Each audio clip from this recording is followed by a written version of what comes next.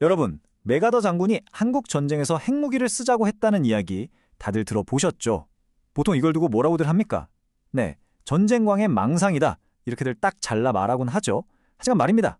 과연 그 평가가 당시의 진짜 현실을 조금이라도 알고 하는 말일까요? 오늘 그 단단해 보이는 서사에 제대로 한번 균열을 내보겠습니다. 자, 이게 바로 그 유명한 온라인 백과사전 나무위키의 서술입니다. 당시의 현실을 고려하지 않은 전쟁광적 망상병이 섞인 비판. 이야, 단어 선택 한번 보세요. 전쟁광, 망상병, 아주 그냥 사람 하나를 바보로 만들고 낙인을 찍어버리죠. 그런데 바로 여기서 가장 중요한 질문이 나옵니다. 과연 당시의 진짜 현실을 몰랐던 게 메가더였을까요? 아니면 세월이 한참 지나서 안전한 곳에 앉아 키보드나 두드리고 있는 바로 그 글쓴이였을까요? 지금부터 그 오만하게 짝이 없는 주장을 하나하나 박살내보겠습니다. 첫 번째로 짚고 넘어갈 부분입니다. 절대적 핵 우위의 시대. 1950년에 왜 3차 세계대전 같은 건 애초에 고려 대상조차 아니었는지, 이게 바로 나무위키 같은 곳에서 싸그리 무시해버리는, 하지만 당시 상황을 이해하는 데 가장 핵심적인 역사적 배경입니다. 자, 절대적 핵 우위. 이게 뭐냐면요. 아주 간단합니다. 그냥 게임이 안 되는 시기였다는 거예요. 한마디로 미국이 핵무기라는 최강의 카드를 혼자 다 쥐고 있던 시절입니다. 그럼 상대방인 소련이나 중국은요. 맞대응할 카드가 아예 없었어요. 그냥 맞고 죽는 것 외에는 할 수 있는 게 아무것도 없었단 말입니다. 이게 바로 핵 위협이 일방통행이던 아주 특별한 시기였다는 거죠. 이 타임라인을 한번 보세요. 아주 명확하잖아요. 1945년에 미국이 핵을 가졌고 소련은 49년이야 겨우 첫 실험에 성공했어요. 한국 전쟁이 터진 50년부터 53년까지는요. 그냥 미국의 압도적인, 말 그대로 절대적인 핵 우위 시대의 한복판이었습니다. 소련도 핵이 있긴 했다고요. 에이, 그건 그냥 구색 맞추기 수준이었어요. 미국에 비하면 사실상 없는 거나 마찬가지였죠. 그러니까 미국이 핵 쏘면 3차 대전 난다. 이건 그냥 허세, 블러핑에 불과했다는 겁니다. 소련과 중국이 바보가 아닌 이상 시작하는 순간 자신들의 체제가 그냥 지도에서 지워져 버릴 전쟁을 왜 하겠어요. 어림도 없는 소리죠. 오히려 전쟁이 터지면 자기네 정권이 먼저 붕괴될 판이었는데요. 자, 그럼 이상하죠? 3차 대전 걱정도 없었고 전략적으로도 충분히 쓸 수 있는 카드였다면 도대체 왜 거부됐을까요? 뭐가 문제였을까요? 가끔 이런 주장을 하는 사람들이 있습니다. 유럽 동맹국들이 결사적으로 반대해서 트루먼이 어쩔 수 없이 포기한 거라고요. 하지만 이 주장 역시 그야말로 착각에 불과하다고 자료는 잘라 말합니다. 한번 상식적으로 생각해보자고요. 세계 유일의 초강대국, 패권 국가인 미국이 자기 나라의 군사 주권에 해당하는 핵무기 사용 문제를 다른 나라 지도자들한테 이거 써도 될까요? 하고 허락을 받는다? 이건 정말 국제정치의 현실을 조금도 모르는 말 그대로 어불성설이라는 겁니다. 자, 이렇게 군사적, 지정학적 오해들을 하나씩 걷어내고 나면 마침내 우리는 이 문제의 가장 깊은 곳, 바로 그 진짜 핵심과 마주하게 됩니다. 이건 국가 대 국가의 전략 싸움이 아니었어요. 바로 한 인간의 내면에서 벌어진 깊은 고뇌의 문제였습니다.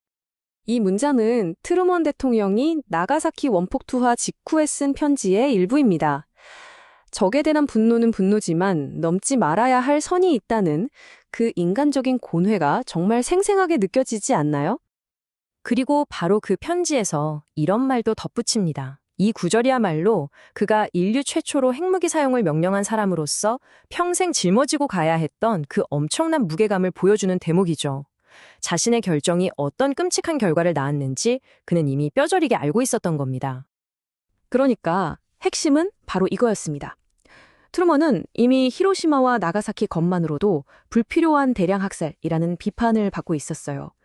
그런데 이런 상황에서 또 한 번 핵을 쓴다? 그건 역사에 자신의 이름을 핵에 미친 사람으로 스스로 새기는 꼴이었죠.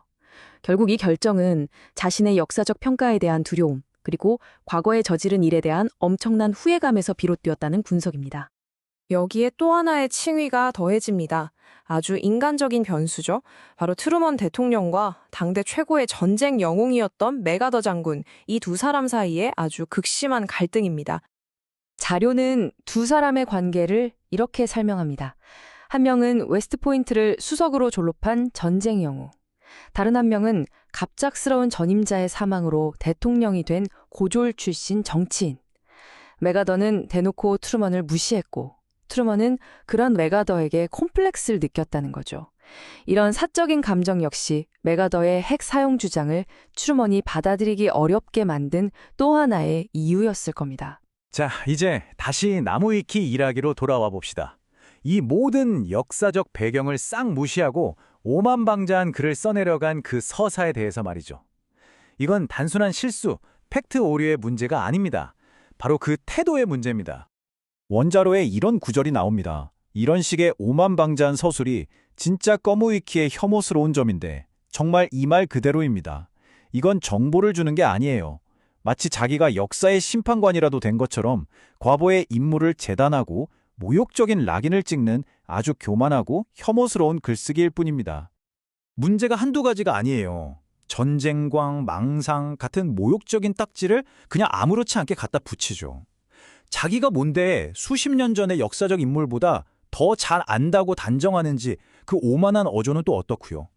결국 이건 객관적인 사실 전달이 아닙니다. 아주 편향된 해석을 절대적인 진실인 양 포장해서 독자에게 주입하려는 정치적으로 아주 경도된 선동일 뿐이죠. 상황이 이쯤 되면 근본적인 질문을 던질 수밖에 없습니다. 나무위키는 과연 백과사전일까요? 아니면 그냥 특정 시각을 퍼뜨리기 위한 선전도구에 불과할까요? 그리고 여러분이 꼭 아셔야 할 건 이게 그냥 저 메가더 항목 하나만의 문제가 아니라는 겁니다. 이건 나무위키라는 시스템 전체에 뿌리 깊게 박혀있는 아주 고질적인 병이라는 거죠. 자, 보세요. 나무위키의 시스템은 이렇습니다. 첫째, 글 자체가 중립적인 설명이 아니라 무슨 정치 논평처럼 선동적이에요. 둘째, 이런 복잡한 역사나 시사 문제를 다룰 자격도, 전문 지식도 없는 사람들이 글을 쓴다는 겁니다. 그리고 가장 역겨운 건 이겁니다. 셋째, 이런 문제에 대해 정당한 비판이나 다른 의견을 제시하면 어떻게 될까요? 그냥 칼같이 삭제해버립니다. 이게 바로 독재적인 운영 방식이에요. 결국 역사든 현재 진행 중인 사건이든 수많은 항목들이 이런 식으로 왜곡되고 편향된 서사로 채워지고 있는 겁니다. 자, 어떤 플랫폼이 반대 의견을 싹 다 묵살해버리고 자기들끼리 편향된 이야기만 계속 떠든다? 그걸 뭐라고 불러야 할까요? 그게 과연 사전의 역할을 하고 있다고 지식의 전당이라고 감히 말할 수 있을까요? 오늘 이야기의 마지막 질문을 여러분께 남깁니다. 우리는 과연 인터넷에서 객관적인 지식을 얻고 있을까요? 아니면 그냥 누군가가 교묘하게 만들어 놓은 의제를 생각 없이 주입당하고 있는 걸까요? 지금 여러분이 보고 듣는 모든 것들을 한번 의심해 보시기 바랍니다.